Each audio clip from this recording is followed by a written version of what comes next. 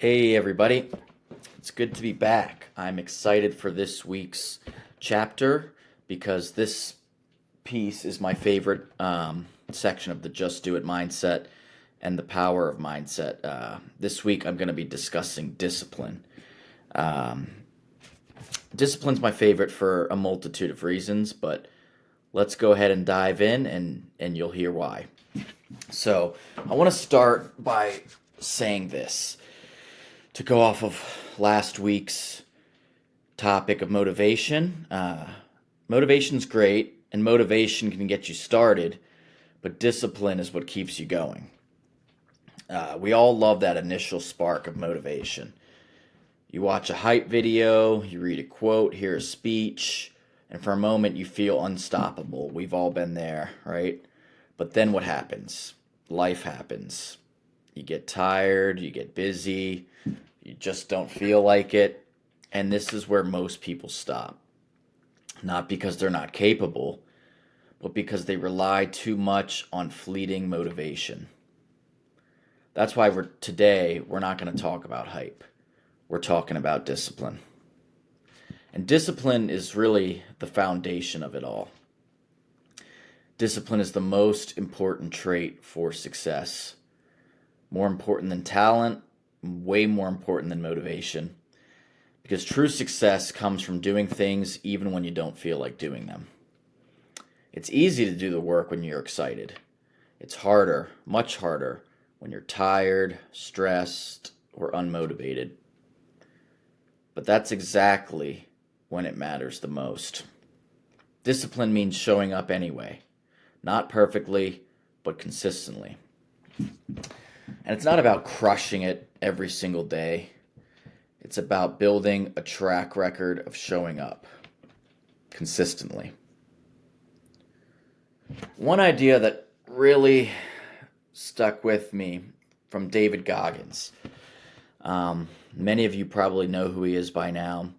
David Goggins is the Navy SEAL famous for his crazy workouts and his insane mindset. In his book, he talks about becoming a disciple of discipline. That phrase really hit me hard because discipline isn't just a habit, it's a mindset and it's an identity. When you become a disciple of discipline, you don't ask yourself, do I feel like it today? You just act because that's who you are. And since reading his book, I made it a point to do things every single day that I don't feel like doing. Not for punishment, but to build that inner strength, to sharpen that edge. For example, like I mentioned in my keynote in Colombia, you probably think I like to compete at jiu-jitsu tournaments because for those of you that know me, you know that jiu-jitsu is a big hobby of mine. I post about it a lot, and I love to go to jiu-jitsu. I go 4 to 5 days a week, so one would think I like to compete, but that's not the case. I kind of hate competing. It's a lot. It's intimidating. There's a lot to it. I have to sign up weeks in advance, and then sometimes it involves dropping weight so I can be in the lower weight class, which is stressful. And then those weeks leading up to it, it's a lot of anxiety and nerves. Think about it throughout the day and when I'm going to bed at night because when you get there, it's super intimidating. It's not a team sport. It's one on one. So you have people in a crowd watching you wrestle with another grown man, and this person could embarrass you if you get beat bad enough. But just going one on one against someone like that with people watching, it's nerve wracking. So why do I do it? I do it because it makes me nervous and because it scares me. And I know that doing things that scare you and make you nervous make you a better person, and that after I do those competitions, I'm going to grow in some way. So, how do you build discipline in your own life? And it's not just about willpower alone. It's about systems and it's about habits. So, I have a few tools I personally use. One is having a routine. I love routine. Routine is probably my my favorite um, tool for discipline, because structure guides your day. A good routine reduces decision fatigue, which is huge, and helps keep you aligned. Another tool is time blocking. So scheduling specific times for productive activities helps keep you focused. And if it's on your calendar, it helps you get it done. So you're not just kind of sitting around wondering what you're doing. You have it right on your calendar. Number 3, the 5-second rule. This one's simple, but it's powerful. Count down from 5 to 1 and just do it. Don't give your brain time to negotiate. This is a good one. I do this a lot, especially for waking up early. Sometimes this is helpful, or other things you don't feel like doing. And then number 4, accountability systems. So whether that's journaling, apps, or having an accountability partner, track your consistency. What gets measured gets managed. And remember, it's not about being perfect. It's about creating an environment where discipline becomes easier to follow through on. Next, I want to continue off this and talk about the power of habits. They say it takes 21 days to form a habit. And whether that's exact or not, the idea holds true. Repetition builds behavior. And if you're a numbers person, this might help you commit. You can tell yourself, for the next 21 days, I will do X, no excuses.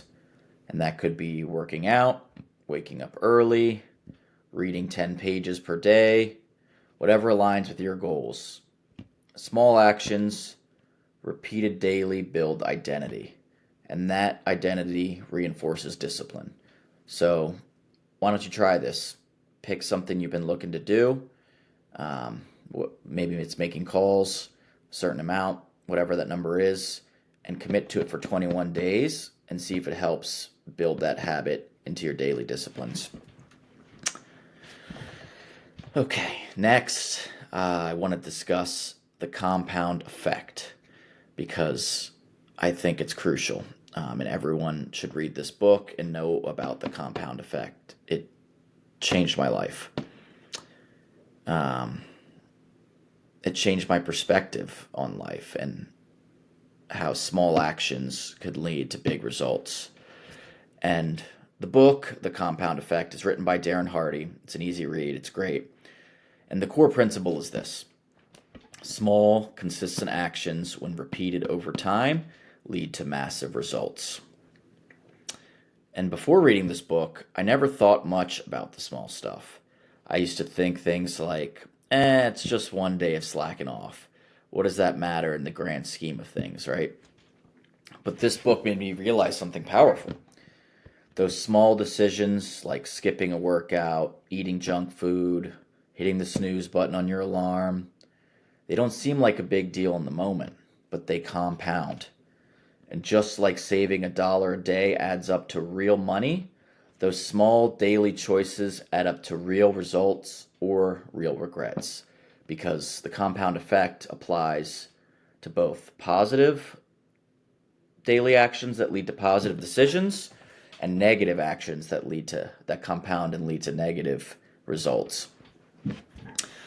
And on the flip side, pushing yourself a little extra, staying consistent, making those small positive choices daily, that's how you build an extraordinary life and the life that you dream of. So, here's the bottom line. Motivation fades, as we know. It's a great tool for getting started, but it's impermanent. It doesn't last. Willpower drains, but discipline, that's what stays. That's what gets you to your goals. When you become a disciple of discipline, you don't rely on feelings. You rely on your commitment. Discipline, that's what separates you from everyone else who's still waiting to feel motivated. And every small choice matters. Every small action counts. Discipline is the bridge between who you are today and who you want to become. So, the question is, will you become a disciple of discipline? Awesome. Thanks, guys. Appreciate it.